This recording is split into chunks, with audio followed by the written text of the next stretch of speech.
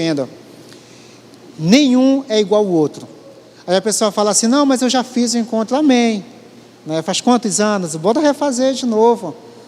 Porque é muito bom, meus amados, é muito bom. Muito bom mesmo. Então, você aí que de repente está balançando para fazer sua inscrição, saia de cima desse muro, tá? Faça a sua inscrição, porque eu tenho certeza absoluta que Deus vai falar com você tremendamente. Daniel, mas se Deus fala no encontro, quem impede dele falar no meu quarto? Nada. Mas aqui no encontro há uma atmosfera propícia para isso. Queira estar na atmosfera certa, tá? Ele vai falar com você lá, vai falar, tá? Mas aqui, meus amados, a atmosfera é propícia para isso, amém? Glória a Deus. Eu quero convidar você a ficar em pé para a gente ler a palavra do Senhor. Romanos 12, do 1 ao 2, diz assim a palavra de Deus, olha: rogo-vos, pois, irmãos, pelas misericórdias de Deus, que apresenteis o vosso corpo por sacrifício vivo, santo e agradável a Deus, que é vosso culto racional. E não vos conformeis com este século, mas transformai-vos pela renovação da vossa mente, para que experimenteis qual seja a boa.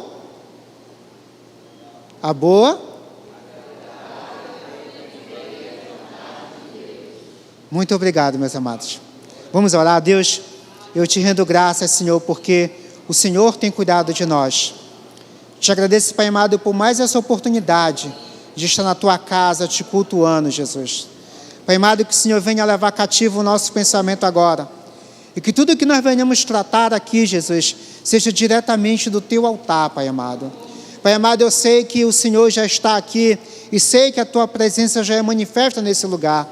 Mas eu te peço, Pai amado, tira todo impedimento, tira tudo aquilo, Pai amado, que possa servir de atrapalho para que a tua palavra seja ministrada de acordo com aquilo que o Senhor quer. Elimina as dores, Pai amado, elimina todo o desconforto, Pai, e que em nome de Jesus, Pai amado, o teu Espírito Santo continue nos conduzindo em graça, em nome de Jesus. Amém? Você pode sentar, meu irmão.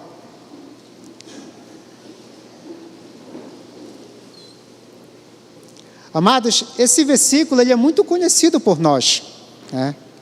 Esse versículo de Romanos. Obrigado, Daniel.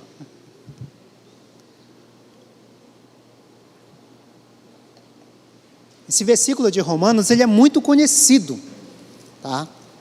Às vezes a gente usa ele como referência direto. Olha, não nos conformamos com esse século, tudo que está aí a gente não pode se conformar. Só que Paulo, ele dá uma atenção especial para esse versículo. Para o capítulo 11, 12 de Romanos, Paulo dá uma atenção muito especial para ele. E eu gostaria de destrinchar esse versículo com vocês agora. Eu queria destrinchar com ele. A Sandra, minha esposa, ela é professora de português também, né? E aí eu converso muito com ela, e ela falou assim: Daniel, o que tu está fazendo com esse versículo, a gente chama na língua portuguesa de semântica. Tu está dando sentido a todas as palavras. Porque a gente lê ele de forma corriqueira.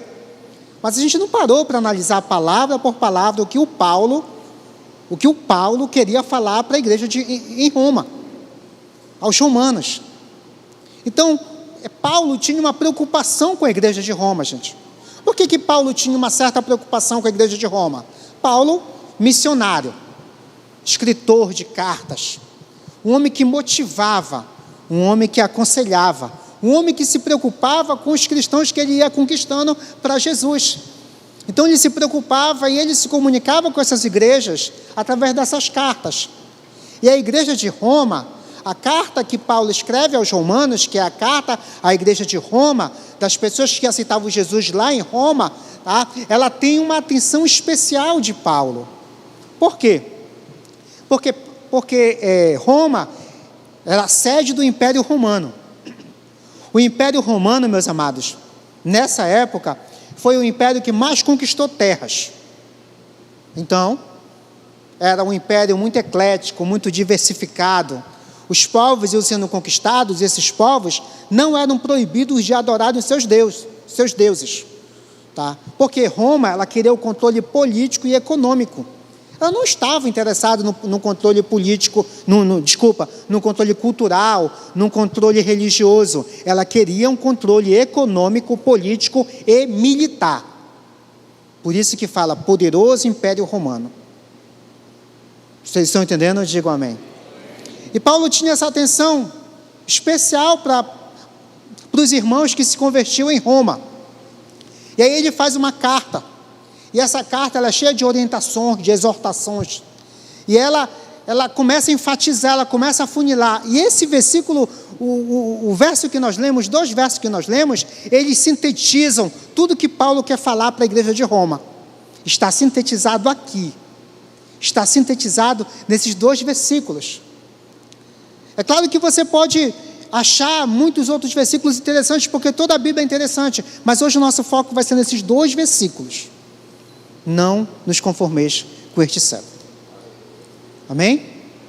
E amados, Paulo começa fazendo um apelo para a igreja de Roma.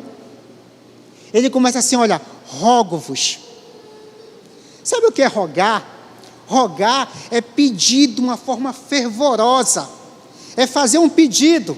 Sabe quando aquela criança chega assim com você e fala assim, pai, Senhor, tem dinheiro para me dar? Aí ele olha assim, né, Elaine? Por favor. Lá em casa a Isabelle usa por favorzinho. Você está entendendo? O Isaac usa a expressão mamoca. A Sandra já fala, lá vem o golpe. Então Paulo, ele fala assim, rogo-vos. Eu peço encarecidamente. Eu chego a implorar. Esse é o significado da palavra rogo-vos. Aí ele continua assim, olha, pela misericórdia. Ele fala assim, pelas misericórdias. Ele quer dizer o seguinte, olha, gente, pelo amor de Deus. Ele está enfatizando o pedido dele. Ele rogou de forma fervorosa. Aí ele dá uma ampliação no pedido. Ele fala assim, olha, pelo amor de Deus. Pela misericórdia do Senhor. Por que ele usa a misericórdia do Senhor? Gente, a misericórdia do Senhor é a causa porque nós não somos consumidos. A misericórdia do Senhor, gente, ela não é explicada, não tem termo que explique a palavra misericórdia do Senhor. Você sabia disso? A gente fala assim, misericórdia, muita piedade, muita caridade, um sentimento de quebrantamento, mas a misericórdia do Senhor não tem explicação. E aí Paulo está lá, ele está pedindo, ele está rogando, ele fala assim, rogo-vos, pelo amor de Deus. Aí ele fala assim, olha, é algo que não pode ser negado, tá? Pelo amor de Deus. Quando ele usa pela misericórdia de Deus, é algo assim, vocês não podem me negar isso, porque eu já coloquei a misericórdia do Senhor no meio. Aí ele fala assim, olha, que vocês ofereçam o corpo de vocês em sacrifício vivo. Gente, olha só, eu sei que pode parecer um pouco complicado, mas daqui a pouquinho vai clarear. Ele fala assim, olha, que apresenteis os vossos corpos em sacrifício vivo. Sabe o que é sacrifício vivo? Não é que as pessoas sejam sacrificadas em um altar, não, até mesmo porque Deus abomina sacrifício humano, tá? Quem fazia isso, tá? Os povos que faziam isso, era abominação aos olhos do Senhor. Não, mas Adoniel, eu estava lendo lá a história de Isaac, que quando Deus pediu Isaac para Abraão, ele quase, não gente, ali foi, não tire do contexto, por favor. Deus jamais ia permitir que Abraão sacrificasse Isaac. Ele queria mostrar para nós homens, que nenhum pedido dele pode ser negado, se a gente confiar que ele é o nosso Deus que sustenta. Você está entendendo? Diga amém. Aí ele fala assim, que apresentei os vossos corpos como sacrifício vivo. Sabe o que é esse sacrifício vivo? É constante, é em movimento. É aonde você for. É aonde você for. Ele fala assim, olha, como sacrifício vivo, é no movimento, gente. todos os dias, a gente tem que apresentar o nosso coração, a gente tem que apresentar a nossa vida como oferta ao Senhor. Como oferta ao Senhor. Paulo continua, ele fala assim, olha, santo, sacrifício vivo e santo. O que é isso, gente? É aonde eu estiver, eu tenho que dar testemunho do Senhor. Porque às vezes a gente quer ser crente só quando está se arrumando para vir para a igreja. A gente deixa para cultuar o Senhor de domingo a domingo. E às vezes é um culto capenga. Porque sai de casa, briga com a mulher.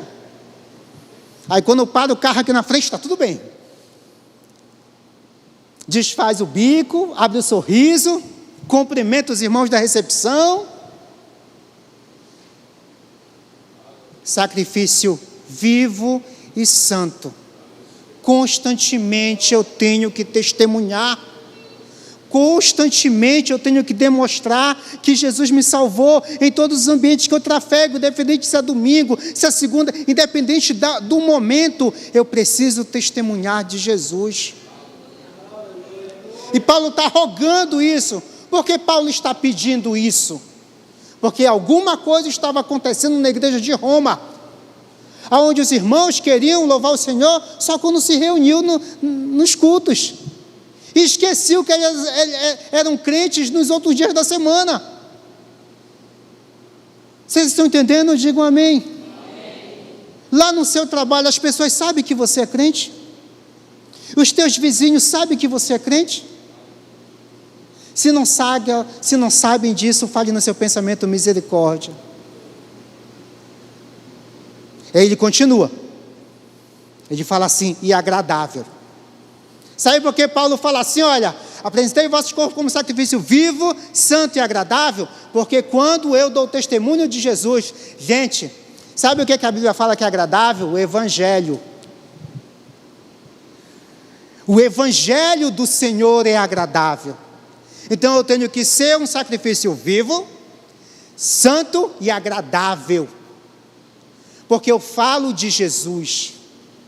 O que sai da minha boca são palavras de louvor ao Senhor. As pessoas querem estar próximas de mim porque eu faço bem a elas. Você tem feito bem às pessoas? Aos teus filhos, como é a tua relação com eles? Será que é uma relação tóxica? Obrigado, Jesus, porque eu não gaguejei essa palavra. Será que é uma relação onde as pessoas gostam de estar próximas a você? Porque eu fico imaginando o Paulo preocupado com isso. Meu Deus, os irmãos lá que estão citando Jesus, ninguém quer ficar perto deles. Porque só falam bobagem, só falam besteira. Eles não estão apresentando o corpo deles como sacrifício vivo, santo e agradável ao Senhor. O que está acontecendo lá? Eu tenho que escrever, eu tenho que falar, eu tenho que dar informações para ele, porque eu não quero que ninguém se perca. Vocês estão entendendo? Digam amém. Como você tem sido na tua casa, meu amado? Será que você tem apresentado o Senhor através da tua vida? Será que nós temos apresentado o Senhor através da nossa vida? Se nós não estamos fazendo isso, nós não estamos obedecendo o que Paulo escreveu aqui para a igreja de Romanos. Aí ele continua assim, olha. Agradável a Deus, que é o vosso culto racional. A palavra racional, ela é algo que vem diretamente de uma razão. Meus amados, a razão aqui é o amor de Deus. Por que eu tenho que apresentar o meu corpo em sacrifício vivo, santo e agradável? Porque Deus é o meu culto racional. E por que Ele é o meu culto racional? Porque Ele é e pronto. Você consegue explicar Deus?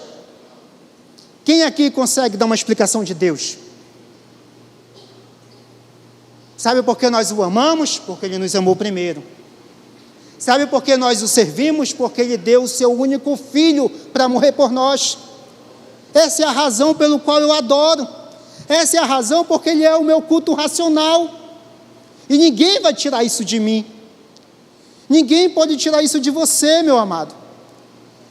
Às vezes a gente passa por alguns intempéries da vida, algumas situações que a gente manca, que a gente pode até de repente querer colocar em dúvida, mas a gente sabe que Deus existe. Você sabe que Deus existe. E nada do que a ciência fale, nada do que a filosofia, do que a história, do que a política, do que a sociologia fala, vai anular a tua fé em Deus. Ou tem alguma coisa? E era isso que Paulo queria deixar claro para os irmãos em Roma. E isso estava remoendo dentro de Paulo. E ele queria compartilhar isso com o povo, com os irmãos de Roma. Aí ele continua assim, olha: e não vos conformeis com este século. Sabe que século Paulo está falando? Século I.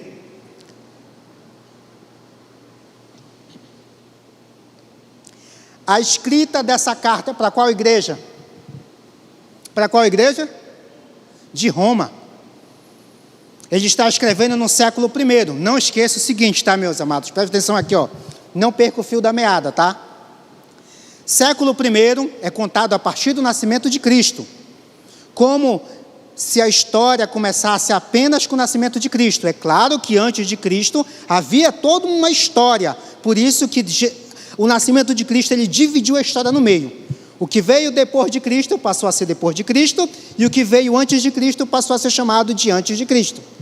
Então o século que nós estamos falando aqui é o século I depois de Cristo. Jesus já tinha morrido, Jesus já tinha ressuscitado, Jesus já estava no céu, Jesus já estava lá, sentado à destra de Deus Pai. E aí Paulo, lá pelos anos 60 desse século, escreve essa carta. Aí ele fala assim, olha como é que Paulo enfatiza. Ele fala assim: irmãos, não vos conformeis. Sabe o que significa a palavra não vos conformeis aqui? Significa assim, olha, não entre numa forma, conforme. Não vos conformeis, não entrem na forma.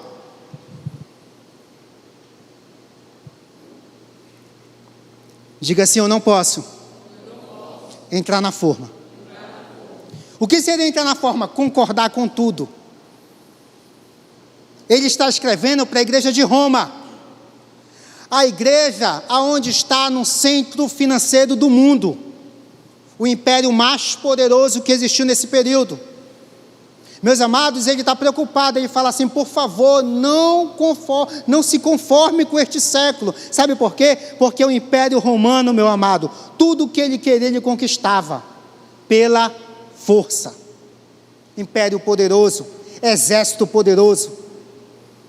Ele fala assim: não vos conformeis com este século. Por quê? Porque os irmãos da igreja não podiam achar que tudo que eles queriam, eles tinham que conquistar pela força, semelhante ao Império Romano. Por isso que ele fala assim: não vos conformeis com este século. Vocês não podem entrar nessa forma, nessa bitola de achar que tudo que vocês querem, vocês vão conseguir conquistar, igual o Império Romano conquista pela força. Amém? Lá em Zacarias 4:6. O que fala lá? Zacarias 4:6. Não por força. Como é que é? Não por força nem poder, mas pelo quê? Pelo meu Espírito. Olha o que ele estava dizendo para os irmãos em Roma. Não pensem, não achem que o Império Romano está correto em conquistar tudo pela força, porque nós somos de Jesus agora, e se nós quisermos alguma coisa, tem que ser pelo Espírito de Deus. Diga assim: eu posso conquistar pelo Espírito de Deus. Quer uma família abençoada? Sua família já é abençoada. Quer um trabalho abençoado? Você já é abençoado. Amém? E ele continua. Daniel não termina isso, ainda não. Meus amados, este século, ele está falando de como o Império Romano é. O Império Romano era forte. Ele já falou que não é para se basear pela força do Império Romano. O Império Romano, a base da economia deles era mão de obra escrava. O Império Romano foi construído com base em mão de obra escrava. Ele estava dizendo para os irmãos assim: olha, ei, Não existem mais escravos, porque Jesus nos libertou. Parem com isso. Não sigam a orientação do império de escravos. Lá em João 8,36, o que é que diz lá? A base da economia romana era a escravidão. Se, pois, o Filho do Homem vos libertar, o quê? Tem algum escravo aqui? E por que às vezes a gente gosta de escravizar as pessoas? Como assim, Adoniel? Quando eu falo que alguém não presta, quando eu falo que alguém não vai conseguir, quando eu falo que alguém é inútil, quando eu mato o sonho de alguém, Alexandre, eu estou escravizando essa pessoa, de achar que ela não pode nada. Olha só a preocupação de Paulo. Paulo está muito preocupado com isso, porque dentro da igreja, os próprios irmãos estão escravizando os outros. Por isso que ele fala assim: não vos conformeis com este século, pelo amor de Deus, eu rogo para vocês. Quantos estão entendendo, digam amém. Amém. O Império Romano era politeísta. No início eu falei para vocês que Roma conquistava e ela não exigia que o povo que ela conquistasse passasse a adorar os deuses romanos.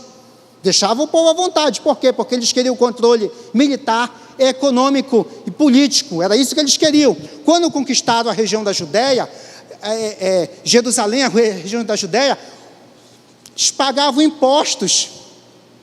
Era isso.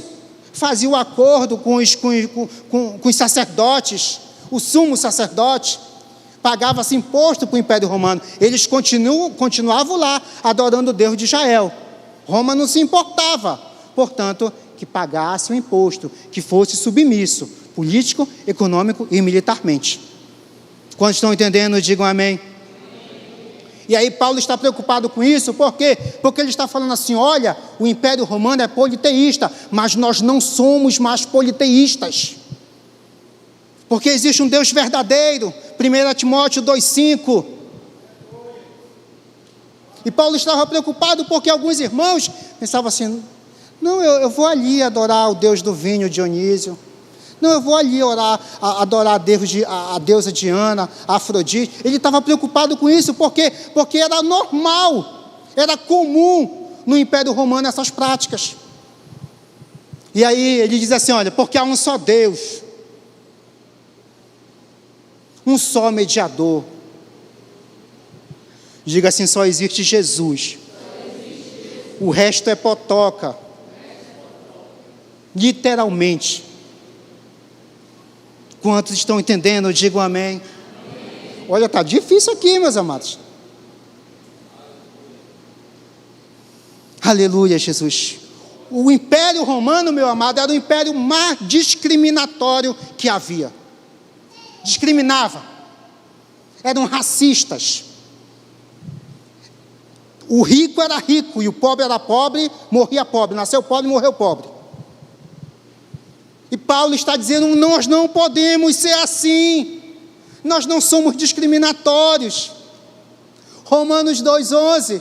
Porque todos pecaram. Negro, branco, preto, pardo.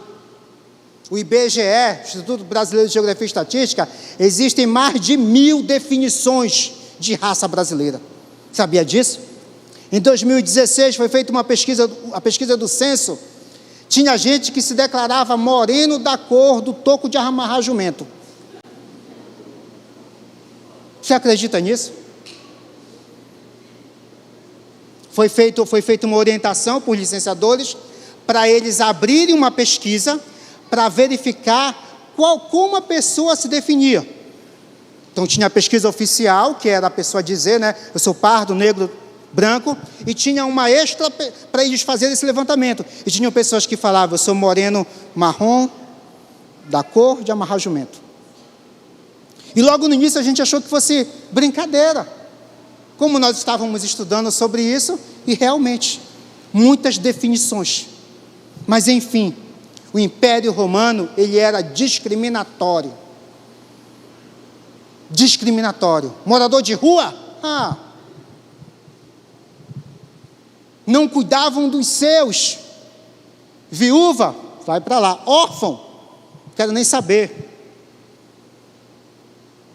E aí Paulo está falando assim, nós não podemos ser discriminados, nós não podemos. Aí ele fala assim, Jesus não discriminava ninguém. O Império Romano, meu amado, era um império promíscuo. Que o negócio fica um pouco mais sério, presta atenção nisso. Promiscuidade. Homem ficava com homem, mulher ficava com mulher, homem ficava com criança. Era um governo que liberava a pedofilia, não existia esse termo ainda. Mas os adultos podiam manter relações com crianças sem nenhum problema. E Paulo está falando, ei, não pode, para com isso. Vocês estão ficando doidos, é? Não vos conformeis com este século. Imagina agora, meu amado. Tinha um Deus, com um Dzinho bem minúsculo, bem pequenininho, chamado Dionísio, Deus do vinho. Quando os romanos se reuniam para fazer cultos a esse Deus, era muita promiscuidade. Pregava-se uma libertação sexual muito grande. E aí Paulo está falando, não vos conformeis com este século. Não vos conformeis com essa prática, não entre nessa forma, nós somos novas criaturas, não façam isso. Eu imagino o desespero de Paulo. O Império Romano, além de ser promíscuo, além de ser um império pedófilo, o termo não existia na época, gente, eu não posso falar várias vezes essa palavra, porque o Jutécio comentou que podem derrubar o canal, porque quando a gente fica falando algo, eles podem achar que a gente está fazendo motivação, como é que fala? Apologia. Agora você imagina. Recentemente nós temos, você que lê jornal, assiste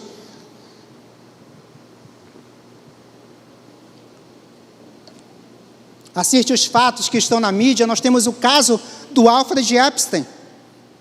Não sei se é assim que se pronuncia. O maior escândalo sexual de menores da história da humanidade. Bilionário cara, pastora. Comandava a maior rede de tráfico de meninas. Vários poderosos envolvidos. O FBI liberou um dossiê com todos os documentos de investigação, está lá, é público, você pode acessar. Só que tem que ter paciência para procurar documentos em mais de 3 milhões de páginas. Existem vários canais aí que já estão fazendo a sua investigação. Em 10 minutos assistindo, você tem vontade de vomitar. Cara nojento. Sequestrava crianças.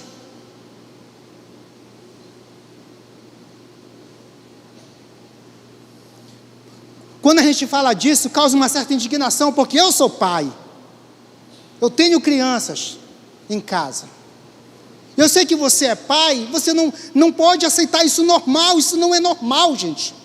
No Brasil, somem, a última pesquisa que teve, segundo o canal Band News, no ano de 2025 sumiram 23 mil crianças.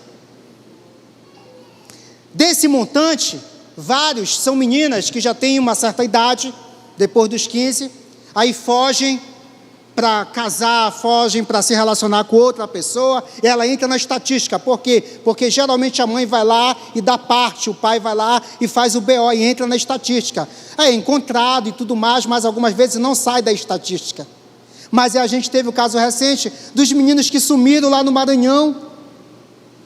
Gente, o tráfico de órgãos é real. Lembra quando você era criança que você escutava a história do carro preto? E quando a gente começa a falar isso, a gente é ridicularizado. Mas está aí. As nossas autoridades não fazem nada. A senadora Damares, não sou agente político da senadora Damares, tá, gente? Mas foi algo que eu vi, eu preciso compartilhar. Ela vem denunciando há um tempão tráfico de crianças. Ela vem fazendo denúncias. Sabe o que foi que ela se tornou? Chacota. vários políticos debochando dela. Tem um caso que ela conta, quando ela era criança, ela era vítima de pedófilos. Ela foi abusada sexualmente. Quando ela tinha sua adolescência, ela subiu numa árvore e queria tomar veneno, e Jesus apareceu para ela. Isso está registrado, você pode fazer uma pesquisa simples na internet quando você tiver um tempo. E ela subiu numa goiabeira, e ela disse que lá Jesus falou com ela, e ela não tomou o veneno. A senadora Damares. Sabe o que foi que a maioria dos políticos, daquelas pessoas que estão ali para nos representar, começaram a fazer graça com a cara dela? Aquele que não tiver pecado, que atire a primeira goiaba. Damares, tu já pode descer da goiabeira, que Jesus não vai te ouvir. Isso é muito sério, porque nós estamos tapando os olhos e nós estamos se acostumando com este século. É normal, pedofilia é normal. Abuso de exploração sexual infantil é normal. Não é normal. E nós somos as pessoas que têm que se levantar contra isso. Quantos estão entendendo? Digam amém. Amém. E Paulo está chamando a atenção. Aí quando você pega alguns feministas, me perdoe se tem alguma feminista aqui, porque as nossas igrejas hoje, as evangélicas, estão cheias de feministas. Eu falava hoje de manhã na escola de líderes. Estava dando aula, e aí eu fui chamado de machista na sala de aula. Porque eu falei que eu não admito, que se eu estiver em casa, que a Sandra troque o pneu do carro, que a Sandra faça o fogo se for para assar uma carne. Gente, isso é trabalho de homem. Isso não é machismo, isso é cuidado. Agora os feministas colocaram na cabeça isso, que não, mulher é igual ao homem, e acabou. Meninas, mulheres, vocês não são iguais. Nós temos mais força que vocês. Isso é fato. Agora o Alexandre não pode ser covarde de deixar, está lá no carro, e a Elane sai e troca o pneu do carro. Aí porque eu falei isso, eu sou machista. Olha só essa ideia, essa leseira da cabeça, já pensou? Aí dá vontade de olhar assim, o cavalo mordeu tua cabeça, foi? Isso é cuidado, isso é cuidado, não é machismo. Você está conseguindo me entender? Mas para os padrões do mundo, não, isso é machismo, não pode. A gente vive numa sociedade onde o patriarcado ainda domina. Para com a tua leseira, rapaz.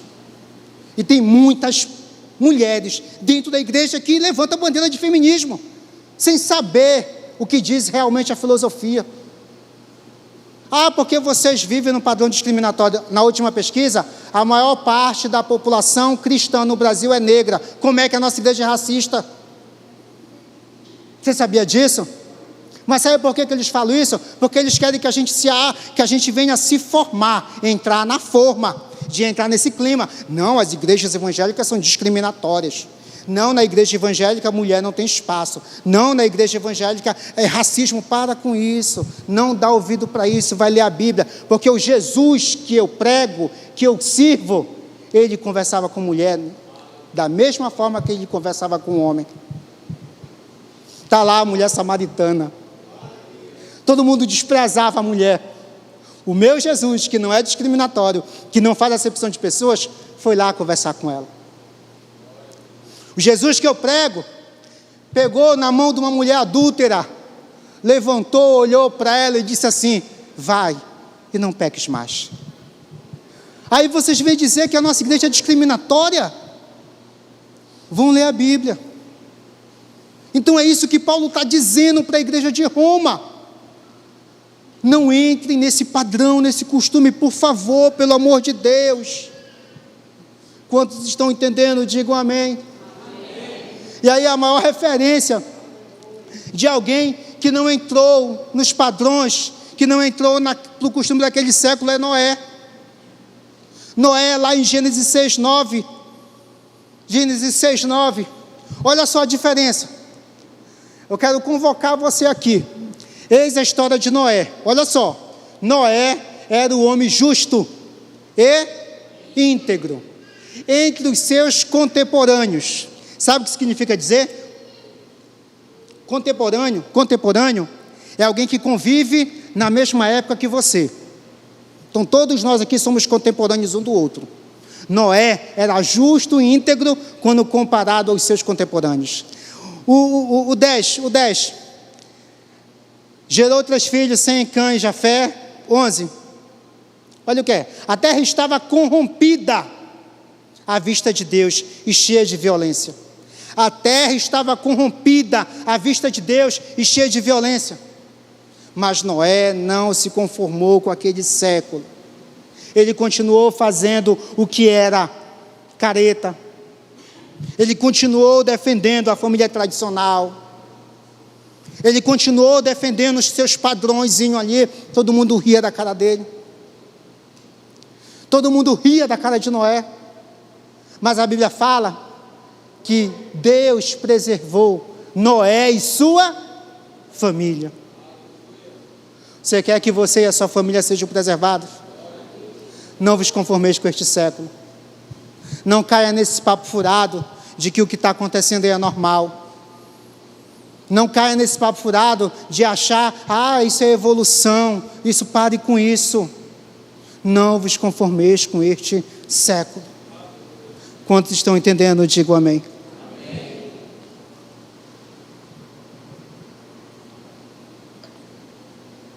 Aleluia, Jesus. Aí ele continua assim, olha. Mas transformai-vos. A palavra transformai-vos aqui, meus amados, é passar pela metamorfose. A metamorfose, já viu uma borboleta, né?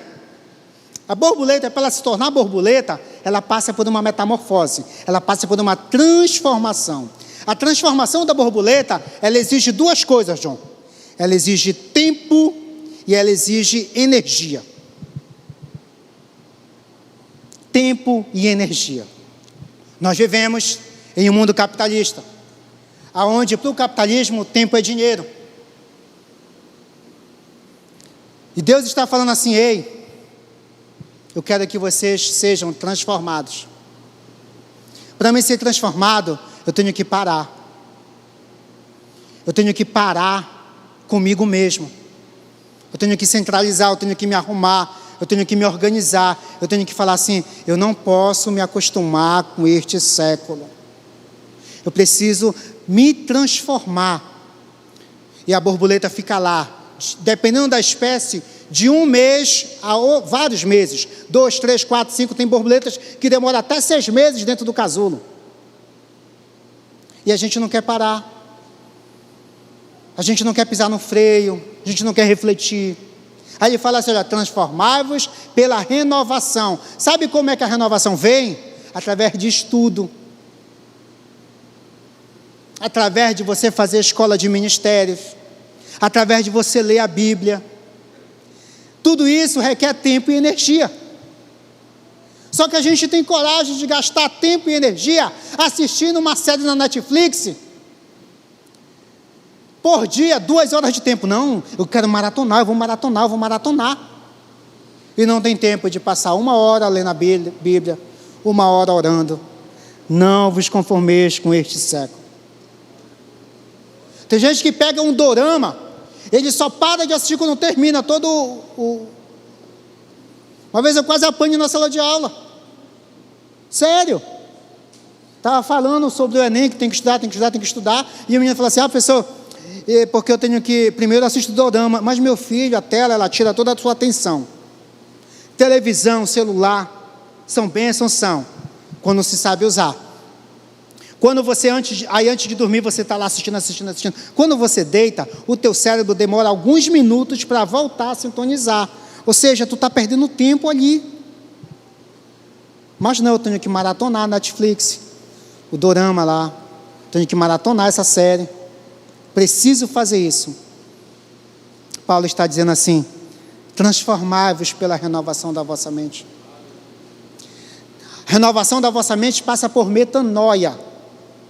É uma mudança espiritual, é uma postura, é você falar, ei, para, é você brigar com a sua mente, é você brigar com a sua carnalidade ali, e você falar assim, não, eu não posso fazer isso, eu tenho que fazer desse jeito, porque Paulo falou que eu não posso me acostumar com este século. Amém? Renovação significa viver algo novo. Eu fui renovado. Quando a borboleta sai do casulo e ela dá a primeira batida de asas, que ela sente aquela brisa na borboleta, nas suas asas, aquela brisa, o vento batendo ali, ela tem uma nova vida. É isso que Paulo quer que a gente tenha, meus amados. Através da renovação da nossa mente, ele está falando assim: ei, crentes em Roma, não vos conformeis com este século, mas transformai-vos pela renovação da vossa mente. Ele não fala assim só renovação, ele fala em transformação, porque é um processo. É estudando, é lendo, é orando, é jejuando. Quando você vê, a mente clareou. Você sabe falar não.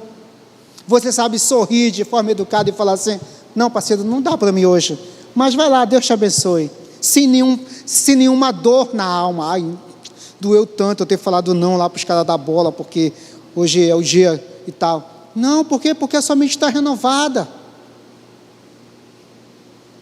Amém? E aí, meus amados, vem a cereja do bolo. Qual é a cereja do bolo, meus amados? Depois que você não se acostuma, depois que você começa a questionar: está errado esse negócio. Eu vi uma reportagem, ai meu Deus, dá vontade de chorar. Repreenda. Depois que você não se acostuma, depois que você não se molda, depois que você não entra na forma, depois que você não passa a ter como verdade. Eu fico indignado quando eu vejo crente, pastores, levantando bandeiras que não era para levantar, ao invés de estar falando do evangelho. Pastor, o cara tem a oportunidade de falar em rede nacional, para todo o Brasil, para todo mundo, e o cara vai falar besteira. Ao invés de falar assim: olha, lá em João diz assim, olha, porque Deus amou o mundo. Você que me ouve agora, Deus, Ele te ama. Não, ele vai falar besteira, vai falar porcaria, vai falar. Perdeu a oportunidade. Eu fico indignado quando eu vejo pessoas perdendo muito tempo debatendo política.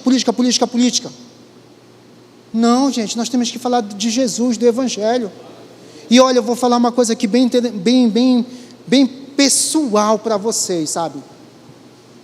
Papagaio velho não aprende a falar. Vou repetir, o gaguejei, fiz o trocadilho, né? Papagaio velho não aprende a falar. Isso é um ditado muito antigo. Usei um ditado hoje lá na sala, na escola de líderes, que a Ana olhou para como é o nome da esposa do Everton ali?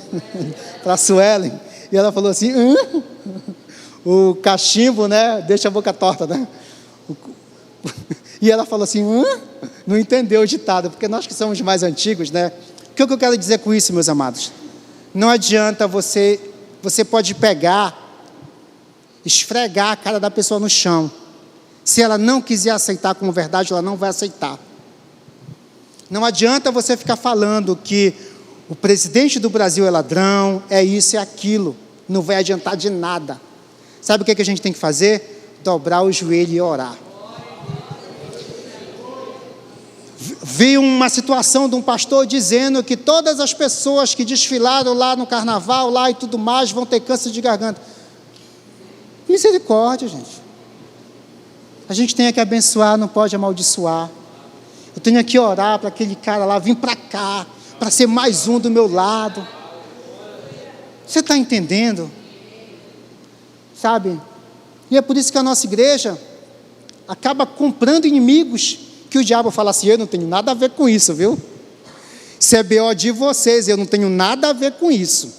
Porque tem gente que fala demais, pastora. O cara tem a língua desse tamanho, o diabo faz rir da cara dele. O diabo fica do lado dele e ele se benze. Porque fala muita besteira, fala muita bobagem. E aí Paulo está falando assim: não vos acostumeis.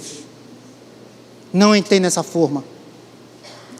Aí ele fala assim: olha, depois dele ter falado tudo isso, depois dele ter advertido, depois dele ter implorado, depois dele ter convencido, depois dele ter feito tudo isso, ele dá a cereja do bolo. Ele fala assim: meu, olha, para que experimenteis. Quem aqui quer experimentar? Sabe o que significa experimentar? Significa vivenciar. Significa conhecer. Cara, quando tu vai conhecer alguém importante, tu te arruma, tu te perfuma, tu escova os dentes, tu quer estar muito bem apresentável, não é? Aí Paulo fala assim, olha, vocês querem conhecer ele?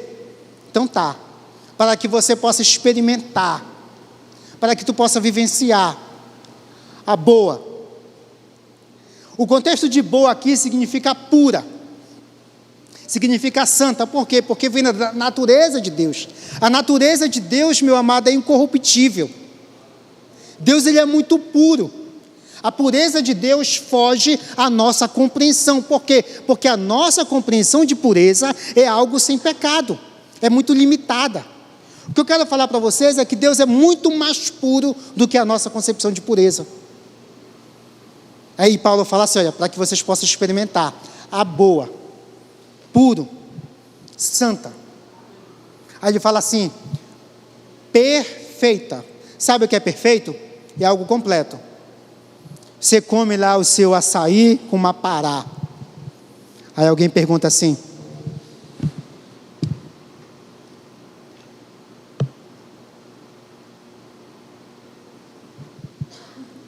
e aí, estava bom? Estava perfeito. Estava perfeito. Eu gosto muito de cocada. Meu melhor doce para mim é cocada. Com farinha então nem se fala, mas tá bom, deixa quieto. Qual é o teu prato preferido? Perfeito, né? Pois é, Paulo fala assim, olha, para que experimenteis a boa, santa. Aí ele fala assim, perfeita. Perfeita é algo completo, algo que não deixa brecha, não deixa lacuna. Você termina de almoçar lá, aquele seu açaí com uma pará lá, ou você que gosta de, sabe, aí você fala assim, não, eu estou satisfeito, foi perfeito. Aí ele fala assim, e agradável. Sabe o que é agradável? É aquele contentamento tão profundo. Sabe quando você vê o seu filho conquistar algo? Quando você vê o seu filho, quando você vê alguém que você ama passar no vestibular, quando você vê esse menino passar de ano, quando você vê ele comprar alguma coisa, quando de repente você chega lá, eu lembro do papai quando ainda era vivo, quando eu cheguei em casa com o meu primeiro carro, pastora Ana, o papai quase chora, ele andava em volta do carro assim, parecia criança, pastor Edivaldo. Papai, operador de máquinas pesadas, acostumado a dirigir trator, patrol, e entrava num carro assim, parecia brinco, sabe, e não queria, e eu ficava, aquele contentamento profundo, não tem espaços para infelicidade, não tem nem que você queira. Você fala assim, eu quero rir, eu quero chorar, eu quero pular, eu não sei o que está acontecendo. Isso é contentamento profundo. Paulo fala assim, se você não se conformar com este século, se você recusar esses padrões aí que estão impondo para a gente, você vai experimentar a boa, perfeita e agradável vontade de Deus na tua vida.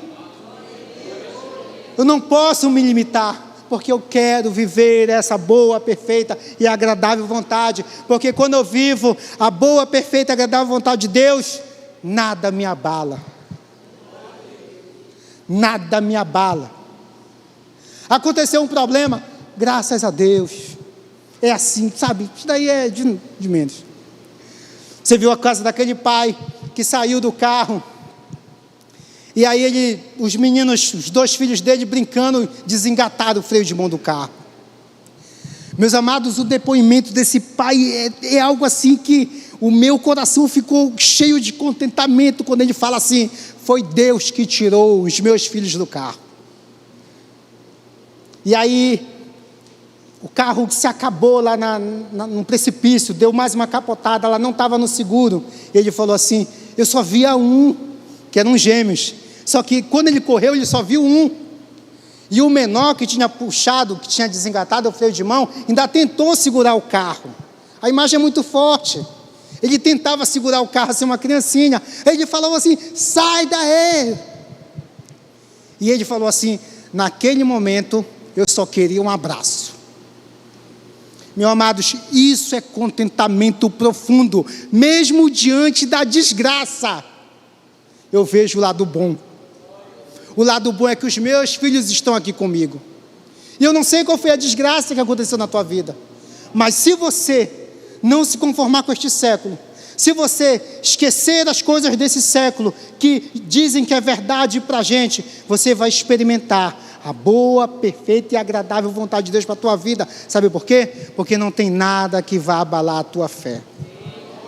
Não é o desemprego, não é a fome, não são as drogas, não é as mazelas desse mundo imundo que vão abalar a tua fé. Amém? Quero convidar você a ficar de pé. Eu quero convidar você a colocar a mão no seu coração e a dizer assim: Jesus, não me deixa se conformar com as coisas desse século, Pai. Que eu venha ouvir a orientação de Paulo, Pai, que há mais de 2000 anos atrás já estava escrevendo para mim ouvir isso. Aleluia, Jesus. Muito obrigado, papai. Obrigado porque o Senhor é o nosso Deus, Pai. Obrigado porque o Senhor nos tirou do lamaçal de pecado e nos trouxe para a sua maravilhosa luz. Muito obrigado, Jesus. Sabe, Pai, foi cantado um louvor aqui. Foi cantado um louvor que dizia: nosso Pai, que o teu nome seja bendito. E Deus, é isso que nós queremos, Jesus. Que o teu nome seja sempre bendito nas nossas vidas, nas nossas casas, Senhor, na nossa família, no nosso trabalho, Pai amado, no hospital, na escola, na loja. Senhor Deus, aonde quer que a gente esteja, que o teu nome seja bendito, porque nós somos o Noé da nossa época, Pai. Nós somos o Noé. Então olha para a nossa família, assim como o Senhor olhou para a casa de Noé, Pai amado. Deus, em nome de Jesus eu te peço, Senhor, aleluia, Deus, que as nossas famílias, Pai amado, venham ser resgatadas, assim como o Senhor resgatou a família de Noé, Jesus. Aleluia, Senhor.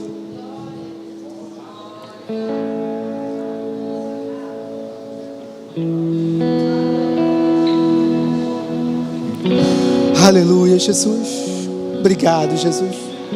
Eu sinto teu vento Glória, Jesus. soprar, a tua glória se manifestar.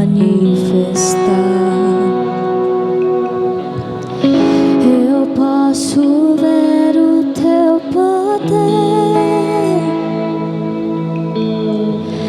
tomando conta do lugar,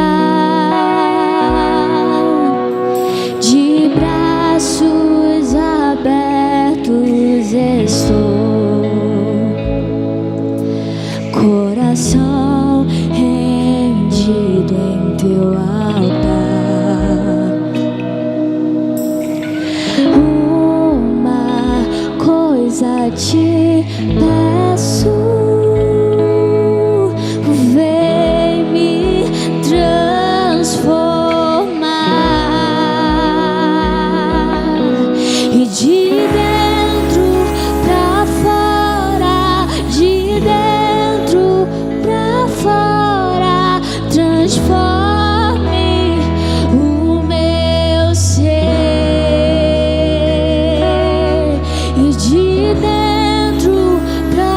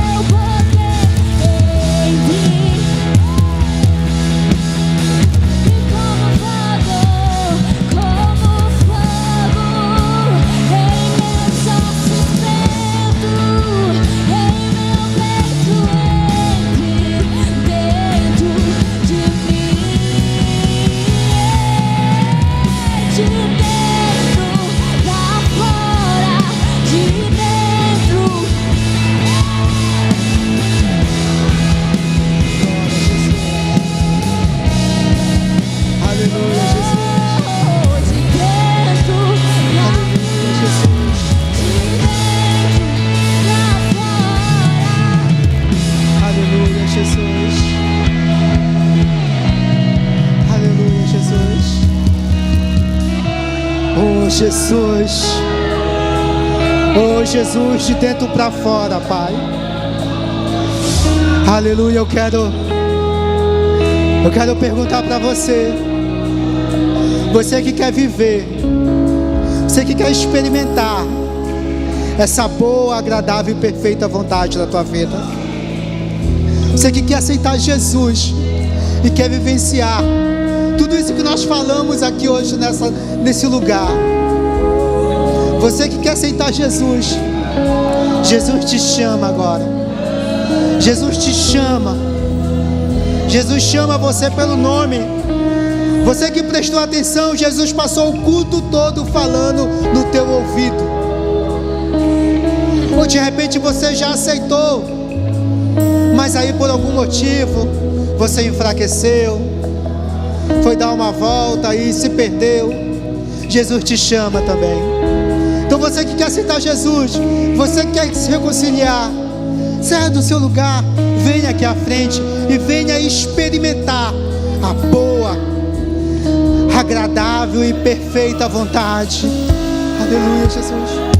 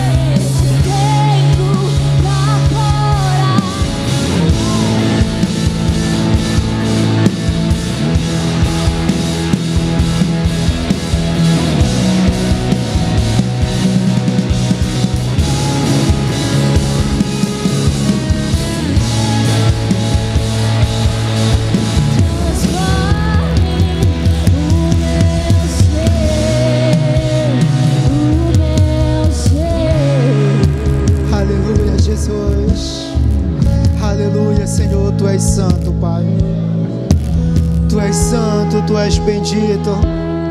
Aleluia, Jesus. Obrigado, papai. Obrigado pela tua presença nesse lugar. Obrigado porque o Senhor tem trabalhado pela nossa transformação, Jesus. Aleluia, Jesus. Aleluia, Jesus. Obrigado, obrigado, obrigado, Jesus. Aplauda ao Senhor, meu amado. Louvado seja o teu nome, Senhor. Aleluia, Jesus. Glória a Deus. Amém, meus amados. Pergunte para essa pessoa do seu lado aí: você já tem Jesus? Se ela falar assim, se ela ficar assim meio panangandão para responder, sabe? Aí diga assim: bora lá, eu te levo lá na frente. Jesus te chama. Eu sei que tem gente aqui que Jesus aqui está falando aqui para mim. Daniel continua chamando. Aleluia, Jesus. Perguntou já? Pergunta de novo. Aleluia, Jesus. Quem aqui vai fazer o encontro no próximo final de semana? Venha aqui na frente, você que vai fazer o encontro. Fique aqui na frente, por favor. Aleluia, Jesus. Você que já está inscrito e você vai fazer o encontro, venha aqui à frente. Aleluia, Jesus. Glória a Deus. Vocês vão viver o sobrenatural, viu?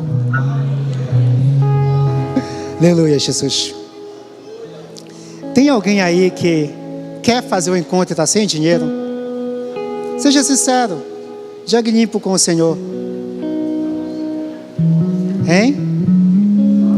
Tem alguém aí que quer fazer o encontro e está sem dinheiro? Dá um sinal aí. Vou orar por eles aqui. Por que eu vou orar por vocês? Porque muitas coisas podem tirar o foco de vocês do encontro. Talvez você pense assim, não, mas eu estou decidido. Mas a nossa guerra é no mundo espiritual. E o mundo espiritual, ele é controlado pelas nossas orações. Então eu quero que você coloque a mão no seu coração. Quero chamar aqui a pastora Ana. Pastora Ana, ore por essas pessoas que vão fazer o encontro. Amém? Para que nada venha tirar o foco deles de estar aqui na sexta-feira. Glória a Deus. Feche seus olhos, coloque sua mão à altura do seu coração. Você, como igreja, estenda sua mão para cá, vamos orar. Tem mais pessoas, né? Graças a Deus. Então ore para que a boa semente nela venha frutificar em nome de Jesus. Pai, nós te louvamos nessa noite, Pai, porque nós já podemos enxergar o que vai acontecer nesse encontro, Pai. Pelos olhos da fé, Pai, a gente consegue ver, Deus, todas as coisas que o Senhor já preparou, Pai, para esses 3 dias de imersão na Tua presença, Pai.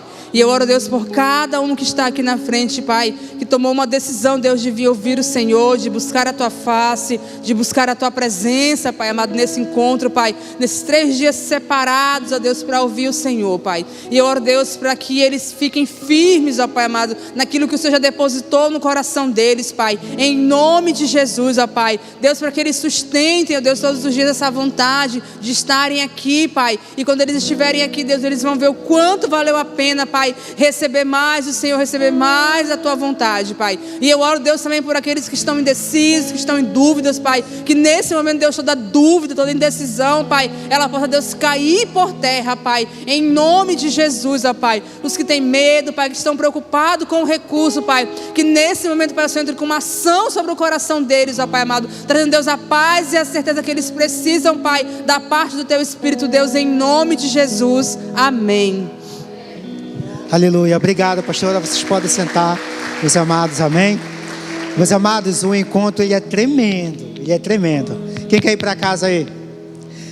Vamos orar pela nossa semana, fecha o corredor, dê a mão para a pessoa que está ao seu lado, vamos apresentar a Deus a nossa semana, tá? Nós vamos encerrar o culto, mas nós não vamos acabar, tá?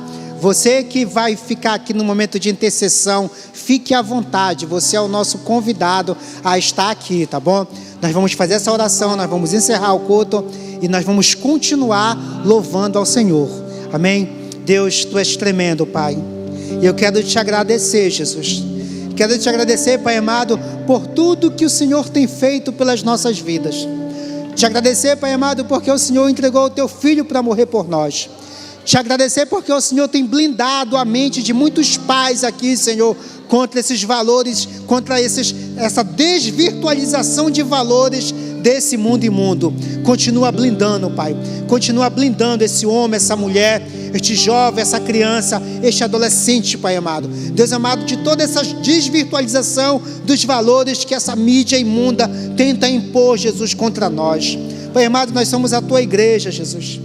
E nós, Pai amado Deus, celebramos que o Senhor é o nosso Deus e que nada vai abalar, Senhor, a nossa relação contigo. Te peço para que o Senhor venha abençoar a nossa semana, abençoar cada família, Jesus. Pai amado, não deixa faltar o alimento, não deixa faltar o vestir, não deixa faltar o calçar, não deixa faltar absolutamente nada nessa casa, Senhor. Deus, em nome de Jesus eu te peço provisão, Senhor Deus. E Pai amado, que esta nossa semana seja uma semana muito abençoada, em nome de Jesus, amém? Que o amor do Deus Pai, aleluia, Jesus, que a graça de Jesus e que a comunhão do Espírito Santo estejam com todos.